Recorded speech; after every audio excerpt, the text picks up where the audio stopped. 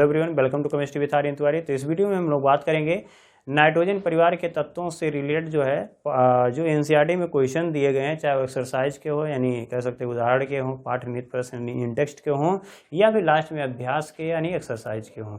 ये जो क्वेश्चंस हैं इसको हम लोग स्टडी करेंगे, बात करेंगे, ठीक है। और जो पिछला वीडियो हमने अपलोड किया था वो कहाँ तक हुआ है, तो कहेंगे कि नाइट्रोजन परिवार के तत्वों के रासायनिक गुण तक हो चुका है और उससे रिलेटेड ही हम केवल इसमें क्वेश्चन को कवर करेंगे, ठीक है। तो अगर ये आपको वीडियो पसंद आता है तो लाइक करेंगे, सब्सक्राइब करेंगे और ज़्यादा से ज़्यादा शेयर करने की कोशिश करिए। कुछ मेरा भी आप हेल्प करिए ताकि मेरा मनोबल थोड़ा बढ़ता रहे, ठीक है। तो चलिए हम लोग स्टार्ट करते हैं। वीडियो काफ़ी अच्छी होने वाली है क्योंकि आपको यहाँ पर जो नॉलेज है वो बहुत ही अच्छा मिलने वाला है। और इसके ऐसा नहीं है कि हम लोग नाइट्रोजन परिवार के तत्वों का जो है केवल हम लोग एनसीईआरटी के क्वेश्चन देख रहे हैं, इसमें भी और क्वेश्चन जितने पॉसिबिलिटी होती है बनने की या पूछे जाते हैं उसको भी हम लोग बात करते रहेंगे, ठीक है। चलिए स्टार्ट करते हैं। यहाँ पर क्वेश्चन क्या है, यद्यपि नाइट्रोजन +5 ऑक्सीकरण अवस्था दिखाता है। कह रहा है कि नाइट्रोजन जो है +5 ऑक्सीकरण अवस्था दिखाता है, यद्यपि, ठीक है, लेकिन फिर भी कह रहा है कि यह पेंटाहेलाइड क्यों नहीं बनाता है। जो क्रमांक होता है वो क्या होता है, 7 होता है। तो 1 क्या होगा, इलेक्ट्रॉनिक विन्यास, हम कहेंगे 1s2 होगा, 2s2 होगा और 2p3 होगा। तो इसमें इलेक्ट्रॉन कितने हैं, तो कहेंगे 2s हो गया, ये 2 इलेक्ट्रॉन है। इसमें 2p में कितने हैं, तो कहेंगे 3 है, 1 2 3। अब d तो है नहीं, अब d नहीं है तो इसका मतलब अधिकतम यहाँ बंद बनाएगा, 2 बंद बनाएगा, 3 बंद बनाएगा। तो हम ये कहेंगे कि इसका आंसर क्या लिखोगे, यानी डी ऑर्बिटल क्या है, अनुपस्थित है, जिसके कारण ये जो है ये 5 बंद नहीं बना पा रहा है। इसके साथ प्रॉब्लम होगी बेचारे के साथ। तो हम आंसर क्या लिखेंगे, तो हम लिखेंगे कि नाइट्रोजन के बाहरी कोश में डी ऑर्बिटल अनुपस्थित होता है, जिसके कारण यह केवल त्रिसंयोजी होता है। या हम कह सकते हैं कि नाइट्रोजन की अधिकतम संख्या 4 हो सकती है, जिसके कारण यह पेंटाहेलाइड नहीं बनाता है। क्या लिखेंगे, या तो शॉर्टकट में से लिखेंगे नाइट्रोजन के बाहरी कोश में डी ऑर्बिटल अनुपस्थित होता है, जिसके कारण यह पेंटाहेलाइड नहीं बनाता है। सिंपल सी बात है, एक आंसर हो गया। अब बात करते हैं एक और, इसी से क्वेश्चन पूछता है क्या, बहुत जाएगा कि NCl3 जो है वो पाया जाता है जबकि NCl5 नहीं पाया जाता है। क्यों, जबकि NCl5 नहीं पाया जाता है, क्यों, ऐसा पूछेगा। तो क्या आप जवाब देंगे कि नाइट्रोजन जो होता है, नाइट्रोजन के बाहरी कोश में डी ऑर्बिटल अनुपस्थित होता है, जिसके कारण जो है यह पंच संयोजी नहीं होता है, अतः यह NCl5 नहीं बनाएगा। या हम कह सकते हैं कि यह लिख सकते हैं कि नाइट्रोजन के बाहरी कोश में नाइट्रोजन के बाहरी कोश में डी ऑर्बिटल अनुपस्थित होता है, जिसके कारण इसकी अधिकतम संयोजकता 4 होती है, अतः यह पंच संयोजी नहीं होता है और पेंटाहेलाइड यानी NCl5 नहीं बनाता है। क्लियर हुआ, ये आंसर हो जाएगा। एक आंसर और फिर कर देखेंगे कि एनसीईआरटी एक्सरसाइज में एक और क्वेश्चन पूछा है। क्या क्वेश्चन ये पूछा है कि P डबल बॉन्ड O, ठीक है, P डबल बॉन्ड O, और यहाँ कुछ ऐसे दिया ET का होल थ्राइस पाया जाता है, जबकि कह रहा है कि N double bond O ET का होल थ्राइस नहीं पाया जाता है। तो फिर वही बात है क्या कि फास्फोरस जो है P डबल बॉन्ड O है और ET मतलब होता है, ऐसे लिखेंगे ET मतलब इथाइल होता है। क्या होता है, इथाइल को कैसे लिखते हैं, तो हम कहेंगे ये इसको हिंदी में कहते हैं एथिल। क्या कहते हैं हम, एथिल का क्या होता है C2H5। तो ET दिया हुआ है, या ET के जगह पर आप Me दिया होगा, Me मतलब मेथिल हो जाएगा, CH3, मेथिल मतलब CH3। तो यहाँ पर क्या हो जाएगा, C2H5 हो जाएगा, यहाँ क्या हो जाएगा आपका C2H5 हो जाएगा। क्लियर हुआ।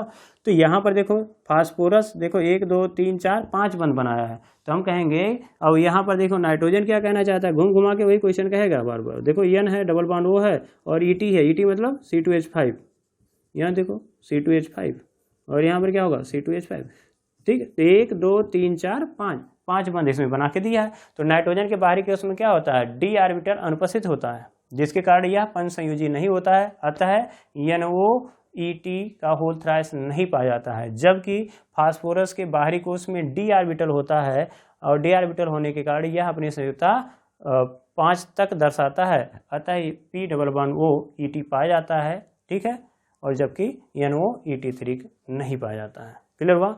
तो ये आंसर लिख सकते हैं यहाँ से, ठीक है। क्यों है, मेन है आपका डी ऑर्बिटल की अनुपस्थिति के कारण। तो ऐसे कई क्वेश्चन आपको एग्जाम्पल बना के पूछा जा सकता है एग्जाम में, तो थोड़ा गौर करिएगा, ठीक है। तो ये थे एनसीईआरटी के क्वेश्चन। यहाँ पर देखते हैं दूसरा क्वेश्चन क्या कह रहा है।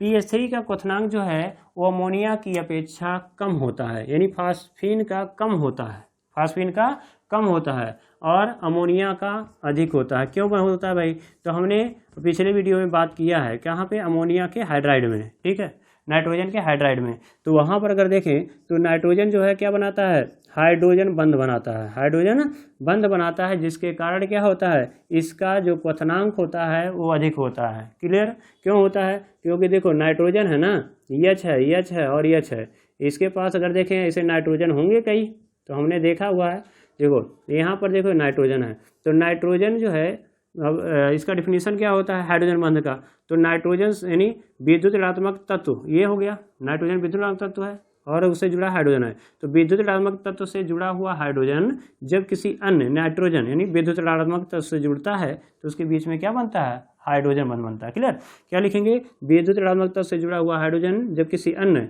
विद्युत ऋणात्मक तत्व से जुड़ता है तो उसके बीच में क्या बनेगा, हाइड्रोजन बंध बनेगा। तो हाइड्रोजन बंध बनने की वजह से क्या होगा, यहाँ भी हाइड्रोजन बंध बनाएगा, यहाँ भी बनाएगा और यहाँ भी बनाएगा। तो इसका मतलब क्या है कि एक अमोनिया जो अणु है वो 4 अमोनिया अणुओं से जुड़ा होगा, किसके द्वारा, हाइड्रोजन बंध के द्वारा। तो गैस में जल्दी बदल पाएगा नहीं, जल्दी गैस में नहीं बदल पाएगा, यानी इसका क्वथनांक क्या होगा, ज़्यादा होगा। जबकि फास्फीन बेचारा है हाइड्रोजन बंध नहीं बना पाता है, तो फास्फीन जो है वो हाइड्रोजन बंध नहीं बना पाएगा, तो ये अकेला रहेगा और अकेला होगा तो क्या करेगा, ये जल्दी से गैस में बदल जाएगा। इसीलिए कहते हैं अगर आपको सफलता हासिल करना है तो आपको अकेले चलना पड़ेगा, रास्ते पर अकेले चलना पड़ेगा। क्लियर हुआ, किसी के दम पर नहीं चली जाती है। क्लियर हुआ, तो वही है कि अगर आपको ऊंचाइयों पर जाना है, ऊंचाइयों पर उड़ना है, तो पक्षी के अगर पैर में आप बांध दोगे तो क्या उड़ पाएगी, नहीं। या आप जो है ऊंचाइयों पर जाना चाहते हैं तो आप क्या 10 लोगों को साथ में लेके जाएंगे, 10-50 लोगों की दोस्ती करेंगे, नहीं कर। अगर 10 लोगों के साथ आप दोस्ती कर रहे हैं तो इसका मतलब क्या है, तो आपको बैठ करके खींचेंगे, तो आप जल्दी से ऊंचाइयों पर नहीं जा पाएंगे। इधर ऊंचाई का कहने का मतलब है कि यहाँ पर वही है कि अमोनिया जो है वो हाइड्रोजन बंध का निर्माण करता है, जिसके कारण जो होता है इसका क्वथनांक हो या गलनांक होगा अधिक होता है, किसके तुलना में, फास्फीन की तुलना में। तो इसके बारे में मैंने डिटेल में पढ़ाया है, उसे आप देख सकते हैं वीडियो, पिछला वीडियो, ठीक है। चलिए अब यहाँ पर क्या है, यहाँ पर अगला क्या कह रहा है कि जो है फास्फोरस, आर्सेनिक, एंटीमनी तथा बिस्मथ के ट्राई हेलाइडों से पेंटाहेलाइड अधिक सह संयोजी होते हैं। कह रहा है पेंटा हेलाइड जो है वो अधिक सह संयोजी होते हैं, यानी सह संयोजक लक्षण पाया जाता है, यानी इनका बंध जो होता है वो अधिक सह संयोजी होता है। क्यों, अब उसको समझते हैं। जैसे एक ही कोई पकड़ लेंगे, जैसे मान लो हमारे P है तो PCl3 है और कह दे PCl5, और क्वेश्चन यही बदल दे क्या कि PCl3 कम सहसंयोजी होता है जबकि PCl5 अधिक सहसंयोजी। क्यों, क्योंकि ये पेंटाहेलाइड है और ट्राइहेलाइड। तो आंसर क्या देंगे, देखो फास्फोरस अगर देखें तो फास्फोरस में क्लोरीन है, तो एक क्लोरीन पर कितना -1 तो 5 क्लोरीन पर 5 तो इस पर क्या आ जाएगा 5+। तो हमें कहेंगे फास्फोरस में 5+, इसमें देखेंगे तो एक क्लोरीन पर कितना माइनस होता है 1, तो 3 क्लोरीन है तो क्या आ जाएगा टोटल 3-, तो इस पर कितना आ जाएगा, तो कहेंगे 3+। तो ये 3+ है और क्या है आपका 5+ है। अब देखो यहाँ पर है 5+, यहाँ पर क्या है 3+। तो आपको एक नियम पढ़ना होगा जिसको पढ़े होंगे क्लास 9th में, फायांस का नियम। क्या पढ़े होंगे, फायांस का नियम, या कोई फजांस का नियम कह सकते हैं। तो कोई फजांस कहिए या फायांस कहिए, एक ही बात है। तो फजांस का नियम ये कहता है कि अगर जो केंद्रीय परमाणु है यानी धनात्मक है, धन आवेशित जो है, वो उस पर आवेशों की संख्या अगर अधिक है तो वह क्या करता है, ऋणायनों से इलेक्ट्रॉन को खींचने लगता है, या ऋणायन से इलेक्ट्रॉन के घनत्व को खींचने लगता है, जिसको बोलते हैं ध्रुवण। तो हम कहेंगे कि फास्फोरस पे यानी PCl5 में फास्फोरस पर +5 होता है, जिसके कारण ये अधिक ध्रुवण करता है और इसमें सहसंयोजक लक्षण अधिक होता है। जबकि ये क्या करेगा, +3 से ही तो खींचेगा, तो कम खींच पाएगा, तो इसका मतलब है कि इसमें सहसंयोजक लक्षण कम आ पाएगा। क्लियर हुआ। तो इसका आंसर क्या लिखेंगे, तो कहेंगे कि पेंटाहेलाइडों में, ठीक है, केंद्रीय परमाणुओं पर +5 आवेश होता है, जिसके कारण यह इसका ध्रुवण यानी +5 जो है होने के कारण वो अधिक ध्रुवण करता है और अतः वह अधिक सहसंयोजी होता है। जबकि जो है ट्राइहेलाइडों में केंद्रीय धातु परमाणु पर ऑक्सीकरण संख्या +3 होती है, जिसके कारण +3 होती है, जिसके कारण इसका ध्रुवण कम होता है और सहसंयोजक लक्षण भी कम होता है। अब ये क्वेश्चन बदल दे क्या कि ये बताइए कि PCl5 जो है वो अधिक सहसंयोजी होता है, PCl3 कम होता है, क्यों? तो क्या आंसर लिखेंगे कि PCl5 में फास्फोरस पर +5 होता है आवेश, जिसके कारण इसका यह ध्रुवण अधिक करता है और अतः यह अधिक सहसंयोजी होता है, जबकि PCl3 में फास्फोरस की आश्रित संख्या +3 होती है, अतः यह इलेक्ट्रॉनों का ध्रुवण कम करता है और यह कम सहसंयोजी होता है। क्लियर? तो ये आप लिख लेंगे आंसर इसका। अब देखिए अगला देखेंगे, कह रहा है कि वर्ग 15 के तत्वों के हाइड्राइडों में BiH3 सबसे प्रबल अपचायक है, क्यों? तो कह रहा है कि वर्ग 15, तो वर्ग 15 मतलब कहेंगे नाइट्रोजन परिवार के तत्व, तो यह हो गया NH3, हाइड्राइड यही है, PH3 हो गया, ASH3 हो गया, और क्या हो गया आपका BiH3। अगर आप पिछला वीडियो देखें तो मुझे आपको एक्सप्लेन करने की जरूरत ही नहीं है, ये सब आंसर आप आसानी से दे देंगे। ठीक है, अब कह रहा है प्रबल अपचायक होते हैं, कह रहा है बिस्मथ जो है वो प्रबल है, क्यों है, ऐसा क्यों है? और ये अगर कह दे इसी क्वेश्चन को कि अमोनिया जो है वो दुर्बल अपचायक क्यों है, तो आपको अपचायक पहले समझना पड़ेगा कि अपचायक क्या बवाल है। तो अपचायक क्या होता है? जिसका ऑक्सीकरण होता है उसे हम क्या कहते हैं? अपचायक कहते हैं। और ऑक्सीकरण जिसका किसका होता है? जिसमें से ऑक्सीजन जुड़ता हो, जिसमें ऑक्सीजन जुड़ता है और हाइड्रोजन क्या हो, निकलता हो।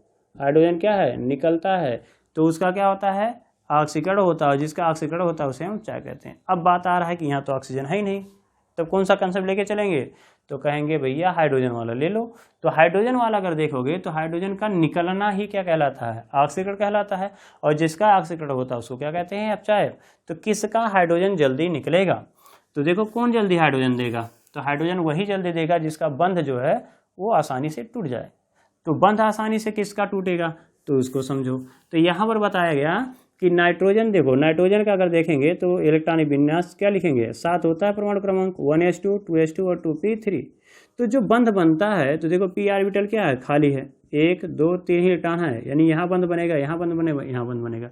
तो बंध जो बनाया है वो किसका बंध बनाया है, तो कहेंगे 2p वाले से। किसे, 2p से, यानी 2p ऑर्बिटल। तो ये तो 2p है। और हाइड्रोजन का चेक करिए तो हाइड्रोजन का परमाणु क्रमांक 1, इसको लिखोगे तो 1s1। तो अगर इसको देखोगे तो कितने इलेक्ट्रॉन है, तो कहेंगे 1 इलेक्ट्रॉन है। क्लियर? तो हम कहेंगे ये यहाँ बंध बनाएगा। तो हाइड्रोजन का कौन सा ऑर्बिटल रहा होगा, 1s। नाइट्रोजन का कौन सा रहा होगा, 2p। इसी प्रकार से फास्फोरस का देखोगे तो 15 होता है, इसको लिखोगे तो 1s2 होता है, 2s2 होता है और 2p3 होता है। कितने इलेक्ट्रॉन है यहाँ पर, कहेंगे 3। तो यहाँ से बंध बनाएगा, तो 2s2 2p6 होता है और 3s2 और क्या हो जाएगा, 3p3। तो यहाँ पर कितने हैं, 3p3 है। तो ये किसका कौन सा ऑर्बिटल होगा, तो हम कहेंगे ये 3p होगा। हाइड्रोजन तो जानते हैं 1s वाला, ये हो जाएगा 4p, ये 1s, ये कहेगा 5p होगा। इलेक्ट्रॉनिक बिना बनाए हुए बनाना जानते ही हैं, तो उसके अनुसार आप इसको लिख लेंगे। विस्मत का क्या हो जाएगा, 5p हो जाएगा और इसका 1s होगा। अब चलिए बहुत ही अच्छा है। देखिए अब इसमें कहेगा कि अच्छा कौन जो है बंध जल्दी टूटेगा। सोचो कि आप 1s है मतलब आप साइकिल पैदल हो और आपका दोस्त 2s है, यानी थोड़ा सा लेवल उसका ऊंचा है, थोड़ा अच्छा है, उसकी स्थिति अच्छी है। ठीक है, तो यहाँ पे कहेंगे कि 1s है, यानी आप पैदल जा रहे हो, आपका दोस्त साइकिल से जा रहा है, तो वह साइकिल पे आपको बिठाएगा या आप उसके साइकिल को चलाएंगे, आराम से आएंगे जाएंगे, कोई दिक्कत नहीं रहेगा, यानी दोस्ती अच्छी है।